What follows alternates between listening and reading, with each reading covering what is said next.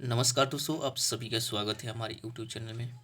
इस वीडियो में लेकर आया हूं संविधान का अनुच्छेद, और ये बहुत ही महत्वपूर्ण है, सभी एग्जाम में पूछता है और मैं इसको बताने वाला हूं अनुच्छेद के बारे में।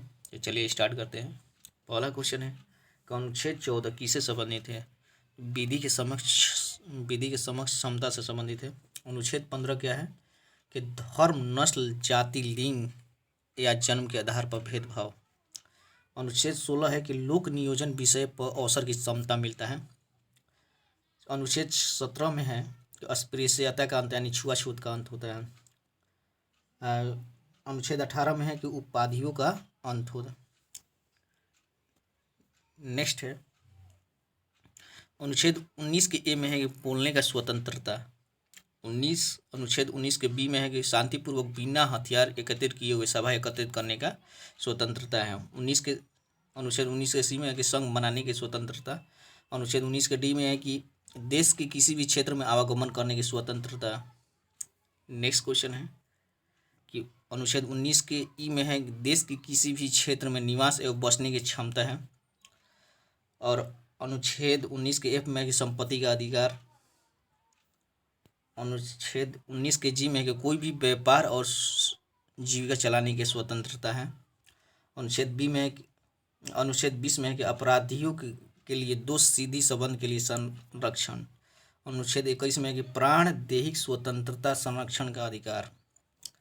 अनुच्छेद 22 में है कि कुछ दशाओं में गिरफ्तारी और निरोध में संरक्षण। अनुच्छेद 23 में है मानव के दुर्व्यवहार और बलात्कार श्रम का प्रतिषेध है।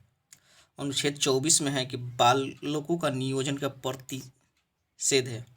अनुच्छेद 25 में है कि अंतःकरण की धर्म के अबाध रूप से मानने और आचरण प्रचार करने का स्वतंत्रता है। अनुच्छेद 26 में चलिए देखते हैं क्या है। अनुच्छेद 26 में धार्मिक कार्यों के प्रबंधन की स्वतंत्रता। अनुच्छेद 28 में कि राज्य विधि से पूर्णतः पोषित किसी भी शिक्षा संस्थान में कोई भी धार्मिक शिक्षा नहीं दी जाएगी।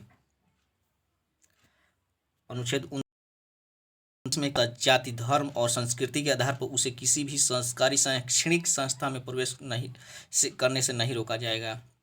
अनुच्छेद 30 में कि शिक्षा संस्थाओं की स्थापना और प्रशासन करने के अल्पसंख्यक वर्गों का अधिकार।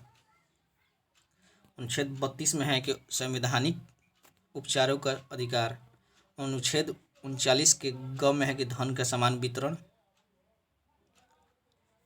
अनुच्छेद 40 में है ग्राम पंचायत का गठन। अनुच्छेद 41 में है कि कुछ दशाओं में काम, शिक्षा और लोक सहायता पाने का अधिकार।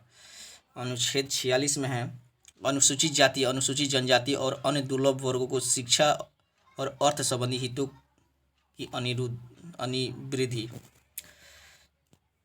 अनुच्छेद 350 के क में है कि प्राथमिक स्तर पर मातृभाषा की शिक्षा देना। अनुच्छेद 351 में कि हिंदी को प्रोत्साहन देना। अनुच्छेद 52 में है कि राष्ट्रपति। अनुच्छेद 53 में है कि भारतीय संघ की कार्यपालिका की शक्ति राष्ट्रपति में के पास है। अनुच्छेद 58 में कि प्रधान राष्ट्रपति की पद की योग्यता। और अनुच्छेद 54 में कि राष्ट्रपति निर्वाचन आयोग की शक्ति। अनुच्छेद 55 में है कि एकल संक्रमणीय पद्धति द्वारा राष्ट्रपति का निर्वाचन। अनुच्छेद 56 के 2 में है कि राष्ट्रपति का त्याग पत्र। और अनुच्छेद 61 में है कि महाभियोग द्वारा राष्ट्रपति को हटाया जा सकता है।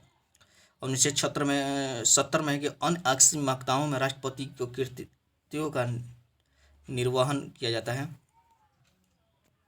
अनुच्छेद 117 के 3 में है कि संचित निधि में व्यय करने वाले विधेयक। अनुच्छेद 108 में कि राष्ट्रपति दोनों सदनों की बैठक बुला सकता है। अनुच्छेद 123 में अध्यादेश जारी करने की शक्ति राष्ट्रपति के पास होता है। अनुच्छेद 63 में उपराष्ट्रपति का उल्लेख है। अनुच्छेद 64 से 89 में है कि भारत के उपराष्ट्रपति राज्यसभा का पदेन सभापति होता है। अनुच्छेद 66 के ए में है कि उपराष्ट्रपति का निर्वाचन होता है। अनुच्छेद 67 में है कि उपराष्ट्रपति के पदावधि होता है। अनुच्छेद 65 में है कि राष्ट्रपति के पद खाली रहने पर उपराष्ट्रपति राष्ट्रपति के हैसियत से काम करेगा। अनुच्छेद 75 में है कि प्रधानमंत्री की नियुक्ति। अनुच्छेद 75 के 2 में है कि राष्ट्रपति के प्रसाद प्रयत्न पद धारण करने का क्षमता है। तो ये था आज का कुछ अनुच्छेद, और ये पार्ट 1 था, और पार्ट 2 आगे अनुच्छेद बताएंगे हम आपको। तो चलिए विदा लेते हैं। Thank you.